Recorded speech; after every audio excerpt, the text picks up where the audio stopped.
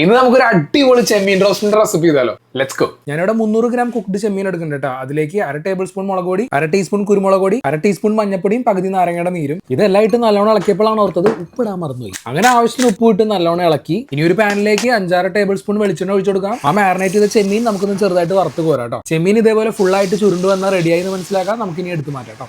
ചെമ്മീനെല്ലാം എടുത്ത് മാറ്റി കഴിയുമ്പോൾ അതേ എണ്ണയിലേക്ക് നമുക്ക് കുറച്ച് കറിവേപ്പില ഇട്ട് കൊടുക്കാം. പിന്നെ ഒരു മീഡിയം സൈസ് സവാള ചെറുതായിട്ട് ഡൈസ് ചെയ്ത് ഇട്ട് കൊടുക്കാം. ഇനി ഇതിലേക്ക് 3 വെളുത്തുള്ളിയുടെ അല്ലി ഡൈസ് ചെയ്തും ഒരു ചെറിയ കഷ്ണം ഇഞ്ചി ഡൈസ് ചെയ്തും 2 പച്ചമുളക് നടുക്കുന്ന കീറിയതും കൂടി ഇട്ട് കൊടുക്കാം.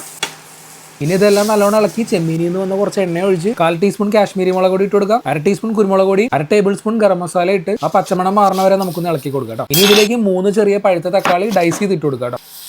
ഇനി എല്ലാം ഒന്ന് നല്ലോണം ഇളക്കി 1/4 കപ്പ് വെള്ളം ഒഴിച്ച് തക്കാളിയൊക്കെ ഒന്ന് അടച്ചു വെച്ച് കുക്ക് ചെയ്തെടുക്കാം കേട്ടോ. ഇനി ലിഡ് മാറ്റി നമ്മൾ ആ വറുത്ത് വെച്ച് ചെമ്മീൻ ഇട്ട് കുറച്ച് കറിവേപ്പിലയും പച്ച വെളിച്ചെണ്ണയും ഇട്ട് ഇതേപോലെ സെമി ഗ്രേവിയിൽ എടുത്താണ്ടല്ലോ സംഭവം റെഡി. ഞാൻ കുറച്ച് ജാസ്മിൻ റൈസിന്റെ മേളിൽ നമ്മുടെ ചെമ്മീൻ റോസ്റ്റും ഭംഗിക്ക് ഒരു മല്ലിയിലയും വെച്ചിട്ടാട്ടോ കഴിക്കുന്നത്. അപ്പൊ നമുക്ക് ഇത് കഴിച്ചിട്ട് എങ്ങനെയാണ് നോക്കാം.